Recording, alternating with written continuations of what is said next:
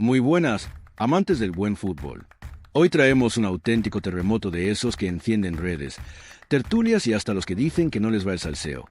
El motivo por el que Ferran Torres mandó a callar al Cholo Simeone. Una escena que ha dejado a muchos con cara de ¿qué acaba de pasar aquí? Y que está generando un montón de preguntas. ¿Qué ocurrió realmente en ese momento tan tenso? ¿Qué llevó a Ferran a hacer un gesto tan directo en plena competición? ¿Y cómo se lo tomó el Cholo? Un tipo que precisamente no es conocido por quedarse de brazos cruzados cuando algo no le gusta. ¡Prepárate! Porque vamos a repasar la secuencia completa, entender el trasfondo de este gesto y descubrir qué hay detrás de uno de los momentos más comentados de la jornada. ¡Arrancamos! Lo que vio medio Camp Nou ese día no fue un simple gesto de calentura futbolera, fue el estallido de algo que llevaba cociendo mucho tiempo en la olla a presión del fútbol de élite, donde las tensiones no se resuelven con palabras educadas ni con palmaditas en la espalda. Ferran Torres, el delantero valenciano que llegó al Barça con el cartel de estrella en ascenso y que ha vivido más altibajos que una montaña rusa mal diseñada, le mandó callar al Cholo Simeone en un enfrentamiento que tenía todos los ingredientes para explotar: orgullo, frustración, egos gigantes y ese rencor deportivo que solo el Barça Athletic sabe cocinar a fuego lento. Pero vayamos por partes, porque esta historia tiene más capas que una cebolla y cada una pica de manera diferente.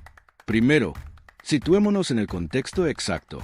Estamos hablando de un partido de la Liga, un Barça Atlético de Madrid en el Camp Nou que se jugaba en febrero, con el Barcelona necesitado de puntos para no perder el ritmo de un Real Madrid que venía arrollando como un tren sin frenos. El Atleti, por su parte, llegaba con esa mentalidad rocosa que caracteriza a los equipos del Cholo, dispuesto a hacer del partido una guerra de desgaste donde cada metro del campo se disputa como si fuera territorio sagrado. El ambiente estaba caldeado desde antes del pitido inicial, porque estos partidos siempre tienen ese pozo de rivalidad que va más allá de los 3 puntos. Hay historia, hay roces, hay fichajes que pasaron de un lado a otro y dejaron heridas abiertas, y sobre todo hay dos formas radicalmente distintas de entender el fútbol enfrentándose en un mismo césped.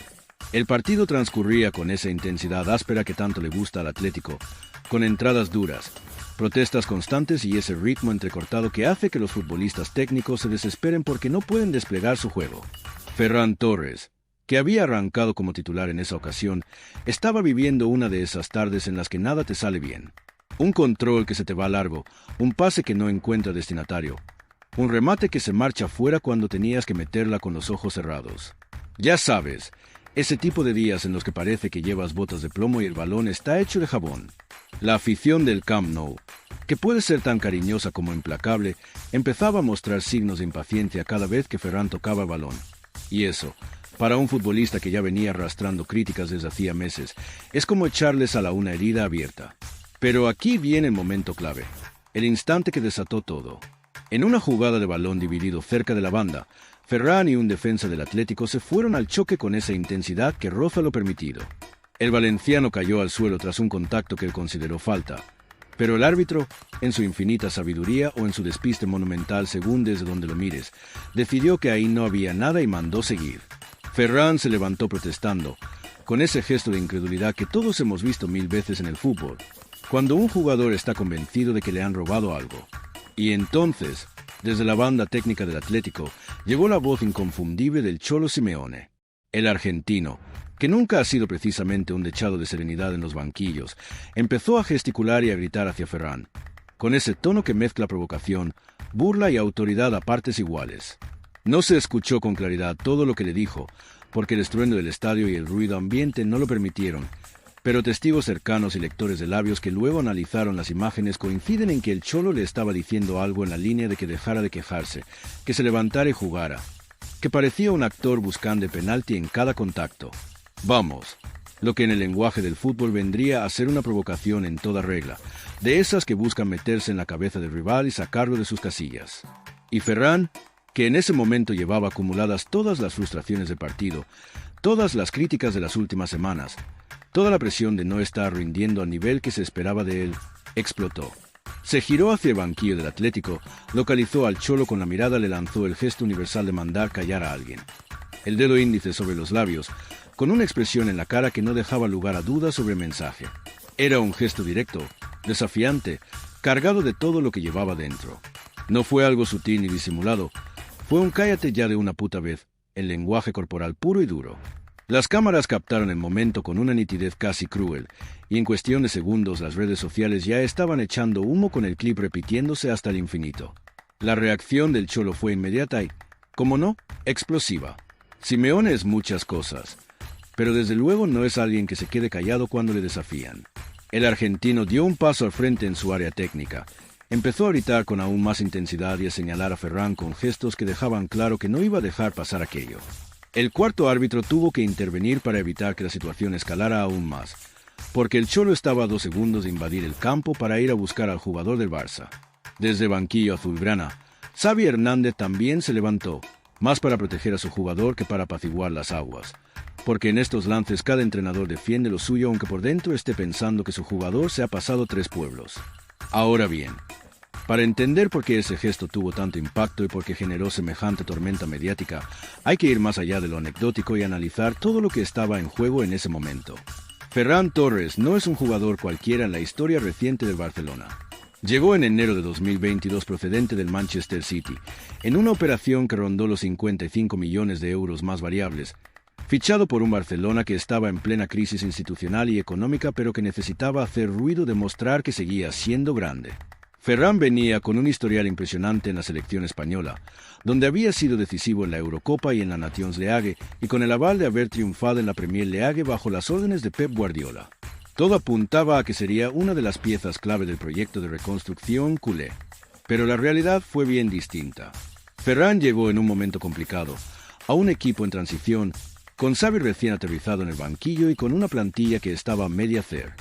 Sus primeros meses fueron una montaña rusa de actuaciones. Partidos donde mostraba destellos de su calidad, alternados con otros en los que parecía completamente perdido. La afición, que había puesto en él esperanzas desmedidas, empezó a impacientarse. Y aquí viene algo fundamental para entender la presión que sufría Ferran. El Barcelona no es un club cualquiera. Es una institución donde el margen de error es mínimo, donde cada actuación se analiza con lupa y donde la paciencia con los fichajes caros se agota más rápido que el hielo en el desierto. Ferran lo estaba viviendo en primera persona, con críticas que llegaban desde todos los frentes. Prensa, afición, redes sociales, tertulias radiofónicas. Todo el mundo tenía una opinión sobre él, y pocas eran favorables.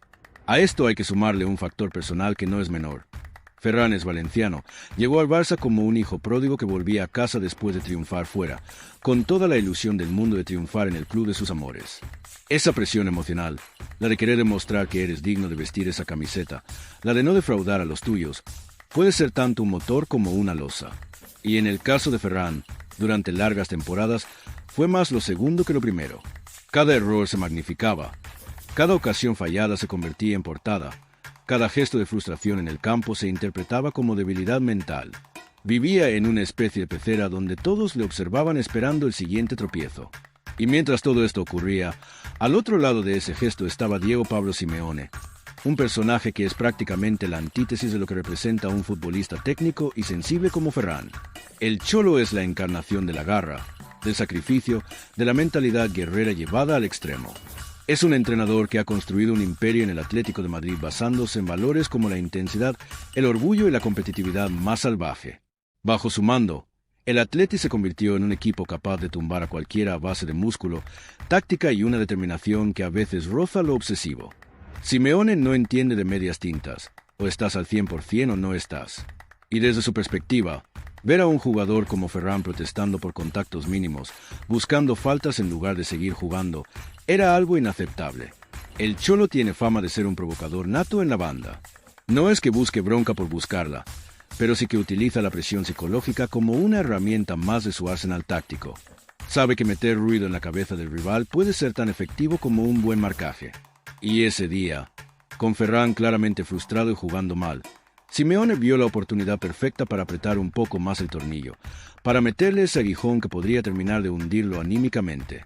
Es algo que ha hecho cientos de veces con rivales de todo tipo, y que forma parte de su manera de entender el fútbol como un campo de batalla donde todo vale si no es ilegal. Pero lo que el Cholo no contaba es que Ferran, en ese momento, ya estaba al límite. Había aguantado críticas durante meses, había tragado con silencios cuando la afición le silbaba, había encajado análisis demoledores en televisión sin rechistar públicamente. Y ese día, algo dentro de él decidió que ya era suficiente. que no iba a permitir que un entrenador rival le faltara al respeto en su propio estadio delante de su gente. Ese gesto de mandar callar al Cholo no fue solo una reacción impulsiva. Fue una declaración de principios, un momento de hasta aquí hemos llegado que le salió desde las tripas.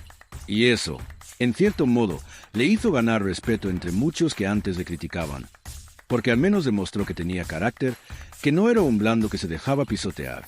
Después del partido, que por cierto terminó con empate a 2 y dejó a ambos equipos con sensación de oportunidad perdida, las declaraciones fueron inevitables.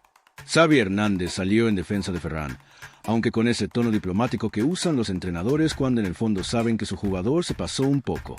Dijo algo así como que entendía la reacción de Ferran porque había estado sometido a mucha presión y que en el fútbol a veces las emociones te superan, que es parte del juego.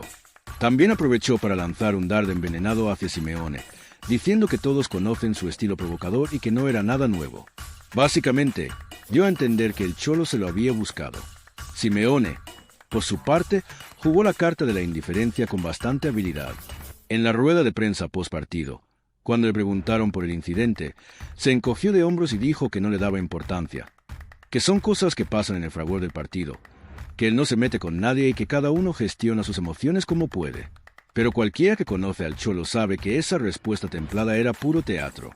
En su interior, seguramente estaba encantado de haber conseguido sacar de quicio a Ferran, porque eso significaba que su estrategia había funcionado.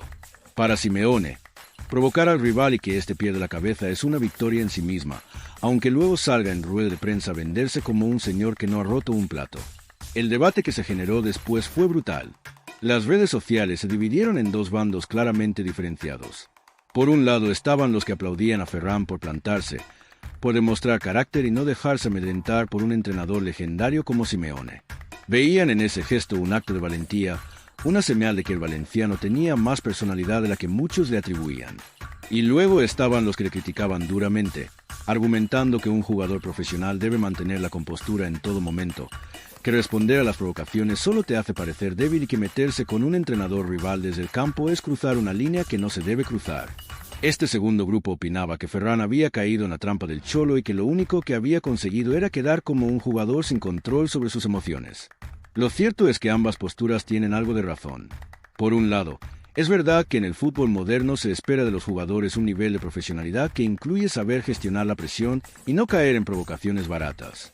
Perder los nervios en el campo puede costarte caro, ya sea con una tarjeta, con una expulsión o simplemente con una pérdida de concentración que afecte a tu rendimiento. Pero por otro lado, también es comprensible que un ser humano tenga un límite, especialmente cuando lleva meses siendo machacado desde todos los ángulos posibles. Ferran no es un robot, es una persona con sentimientos, con orgullo, con dignidad. Y ese día decidió que iba a defenderla, aunque le costara alguna crítica extra. Y si ya estás flipando con esto, suscríbete al canal, porque lo que viene ahora es analizar el trasfondo psicológico de todo este lío, que tiene más miga de lo que parece a simple vista. Hay un aspecto fundamental que muchos pasan por alto cuando analizan este tipo de incidentes, la salud mental de los futbolistas profesionales. Durante décadas, el fútbol ha sido un deporte donde mostrar debilidad emocional estaba mal visto, donde los jugadores tenían que aguantar estoicamente cualquier tipo de presión sin rechistar. Pero en los últimos años ha habido un cambio de paradigma, con cada vez más futbolistas atreviéndose a hablar abiertamente sobre sus problemas de ansiedad, depresión o gestión del estrés. Ferran Torres es, en muchos sentidos, un producto de esa generación que está empezando a entender que el bienestar mental es tan importante como el físico. En varias entrevistas previas al incidente, Ferran había reconocido que estaba pasando por momentos duros a nivel personal, que la presión de Barcelona le estaba afectando más de lo que había imaginado, que había días en los que le costaba dormir pensando en el siguiente partido, que leer críticas constantes sobre le dolía aunque intentara hacerse el fuerte. Son confesiones valientes, porque rompen con esa imagen de futbolista invulnerable que durante tanto tiempo se ha vendido como ideal. Pero también son señales de alerta de que un jugador está al borde del límite, de que necesita apoyo y comprensión en lugar de más presión. El problema es que el entorno del fútbol no siempre está preparado para ofrecer ese apoyo. La afición quiere resultados inmediatos, la prensa busca titulares impactantes, las redes sociales amplifican cada error hasta convertirlo en catástrofe. Y en medio de todo ese huracán está el jugador, que tiene que salir al campo cada fin de semana a rendirse al máximo mientras carga con todo ese peso sobre sus hombros. Es una situación insostenible que, tarde o temprano, acaba explotando. Y el gesto de Ferran hacia Simeone fue, en el fondo, una explosión de todas esas tensiones acumuladas. Desde el punto de vista táctico, el incidente también tuvo sus consecuencias en el desarrollo del partido. Después de ese momento, Ferran jugó con una rabia y una intensidad que no había mostrado hasta entonces. Fue como si el hecho de plantarse ante el Cholo le hubiera liberado de alguna manera, como si hubiera roto una barrera mental que le estaba limitando. Empezó a ir con más decisión a los duelos, a pelear más los balones, a mostrarse más participativo en el juego del equipo. No terminó marcando ni dando ninguna asistencia, pero su actitud cambió radicalmente. Xavi lo notó desde banquillo y, según comentó después, fue una de las razones por las que decidió mantenerlo en el campo hasta el final en lugar de sustituirlo como había planeado inicialmente. Esto plantea una cuestión interesante sobre la gestión de las emociones en el deporte de élite. A veces, un momento de descontrol puede ser paradójicamente beneficioso si consigue liberar tensiones y permitir que el jugador se exprese con más libertad. No es que haya que recomendar perder los papeles como estrategia, evidentemente, pero sí reconocer que el fútbol no es una ciencia exacta y que las emociones juegan un papel crucial en el rendimiento. Hay futbolistas que necesitan ese punto de cabreo, esa chispa de adrenalina extra, para sacar su mejor versión, y puede que Ferran sea uno de ellos. Del lado del Atlético, el incidente reforzó la imagen del Cholo como un maestro de la guerra psicológica. Sus jugadores vieron cómo su entrenador había conseguido meter presión a un rival sin ni siquiera pisar el campo, simplemente con palabras y gestos desde la banda. Es el tipo de lecciones que Simeone lleva impartiendo años en el Atleti, enseñando a sus futbolistas que el fútbol no se juega solo con los pies, sino también con la cabeza, que saber provocar al rival puede darte una ventaja tan importante como tener mejor técnica o más físico. Es una filosofía que no todo el mundo comparte, pero que le ha dado resultados innegables a lo largo de su carrera. En las semanas siguientes al incidente, Ferran Torres vivió una especie de renacimiento mediático. De repente, había pasado de ser el blanco de todas las críticas a convertirse en un tipo con carácter, alguien capaz de plantarse ante una leyenda como Simeone. Los mismos que le crucificaban por fallar goles ahora le aplaudían por tener personalidad. Es la naturaleza volátil del mundo del fútbol, donde las percepciones cambian a la velocidad de la luz y donde un gesto puede redefinir completamente tu imagen pública. Ferran aprovechó ese cambio de viento a favor para intentar dar un salto de nivel en su rendimiento, aunque con resultados desiguales. El Barcelona, por su parte, utilizó el incidente en su narrativa interna de equipo en construcción que se niega a ser pisoteado por nadie. Xavi lo mencionó en varias charlas con el vestuario como ejemplo de actitud competitiva, de no dejarse intimidar independientemente de quien tengas enfrente. Es ese tipo de mensajes que los entrenadores usan para construir identidad de grupo, para crear un sentimiento de nosotros contra el mundo que puede ser muy potente en términos de cohesión. Pero también hay que decir que hubo voces críticas dentro del club que consideraron que el gesto de Ferran había sido innecesario y contraproducente.